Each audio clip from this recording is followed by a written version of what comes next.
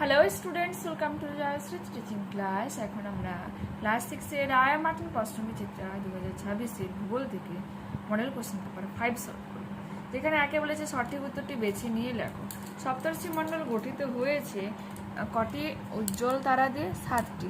Cassiopeia দেখতে অনেকটা ইংরেজি এম অক্ষরের মতো। পৃথিবীর পরিধি প্রায় 40,000 কিমি। আন্তর্জাতিক তারিরেখার বিপরীত দিকের রেখাটি হলো দ্রাঘিমা রেখা। পৃথিবীকে বলে নীল গ্রহ। আকাশ হলো একটি ছায়াপথ। পৃথিবীর সর্বনিম্ন স্থান হলো মারিয়ানা খাল।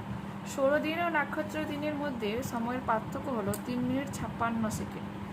যে কোনো 4টি প্রশ্নের উত্তর দাও। আমাদের জাতীয় রাজধানী অঞ্চলের নাম নিউ দিল্লি। ভারতের সবচেয়ে জনবহুল রাজ্যের নাম সিকিম। দীর্ঘতম হিমবাহ সিয়াচেন। বর্তমান রাজ্য সংখ্যা 28টি। উচ্চতম পর্বতশৃঙ্গের নাম গড়ওয়েন অস্টিন।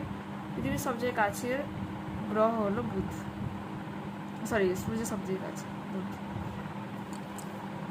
নিচে যে কোনো দুটি প্রশ্নের উত্তর দাও।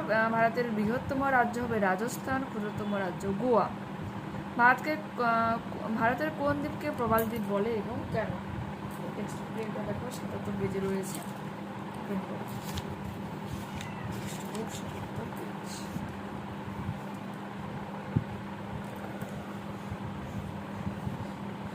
কি লিখবো? লাক্ষাদ্বীপপুঞ্জের সব দ্বীপকেই হচ্ছে প্রবাল দ্বীপ বলা হচ্ছে। কেন বলা হচ্ছে? প্রবাল হলো এক ধরনের ছোট সামুদ্রিক প্রাণী। কোটি কোটি প্রবালের দেহাবশেষ জমে এই দ্বীপ তৈরি হয় বলেই কিন্তু প্রবাল দ্বীপ বলা হচ্ছে। এরপর কি রয়েছে? উপদ্বীপ বলতে কি বোঝো আর উপসাগর বলতে কি বোঝো? এটা তোমার টেক্সট বুকে রয়েছে 65 পেজ। 65 পেজ তাহলে ওপেন করো, দেখিয়ে দিই তোমাদের। দেখো, প্রথমে উপসাগরটা দেখিয়ে দিই, যেহেতু শুরুতেই রয়েছে।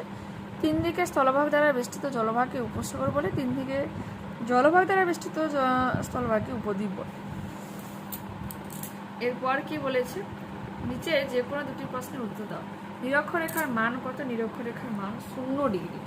বলেছে অক্ষরেখা দুটি বৈশিষ্ট্য, যেটা তোমার রয়েছে 72 পিস, তাই তো?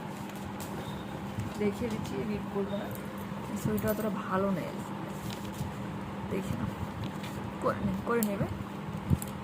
পয়েন্টগুলো লিখবে যে পূর্ব পশ্চিমে বিস্তৃতি, আকৃতি, মান, সমান্তরাল অবস্থান, পরিধি, অক্ষাংশ, মধ্যবর্তী দূরত্ব, এগুলো করবে। এরপর কি রয়েছে? এরপর রয়েছে অক্ষরেখা আর রেখার মধ্যে দুটি পার্থক্য, এটা 76 পেজে রয়েছে। দেখো, এখানে বিষয়গুলো উল্লেখ করবে। আকার রয়েছে, বিস্তার, দৈর্ঘ্য রয়েছে, তার পার্থক্য এখানে দেওয়া রয়েছে। আর এর পাশে তোমার দেওয়া রয়েছে, দেখে নাও, সংখ্যা, পারস্পরিক সম্পর্ক, রয়েছে অপর নাম, গণনা, পরিচয় রয়েছে, মান আর সময় নির্ণয়। ওকে,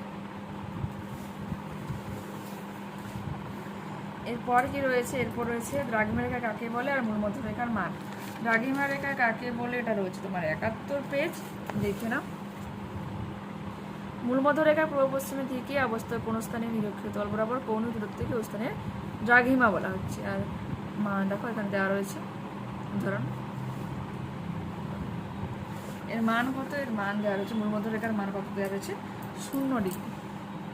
ওকে, এবার হচ্ছে ভূপ্রাকৃতিক বৈচিত্র্য অনুসারে ভাগকে সাধারণত কয় ভাগে ভাগ করা হয়, কি কি? আমার টেক্সট বুকে রয়েছে, এটা 69 পেজে রয়েছে। দেখাই তোমাদের, 5 ভাগে মেনলি ভাগ করা হচ্ছে।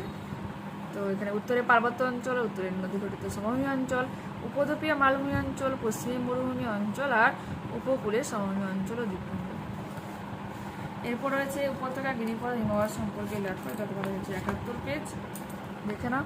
দুটি পর্বতের মাঝে নিচু অংশ উপত্যকা, দুটো পর্বতের মাঝে সংকীর্ণ প্রাকৃতিক পথ গিরিপথ, চলমান বরফের স্তূপ যা অভিকর্ষের টানে ভূমি ঢাল বেয়ে অগ্রসর হয়, এটা হয়ে যাবে কি হিমবাহ।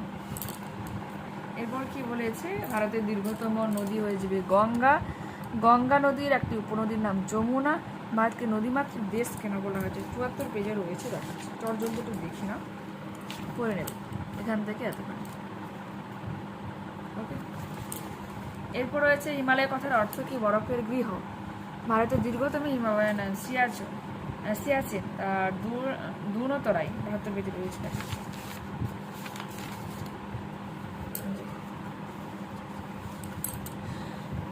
শিবালিক ও হিমালয়ের মাঝখানে সংকীর্ণ উপত্যকাকে বলা হয় দুন, যেমন দেরাদুন। শিবালিক হিমালয়ের পাদদেশে ঘন অরণ্যাবৃত অঞ্চলকে কি বলেছে তরাই।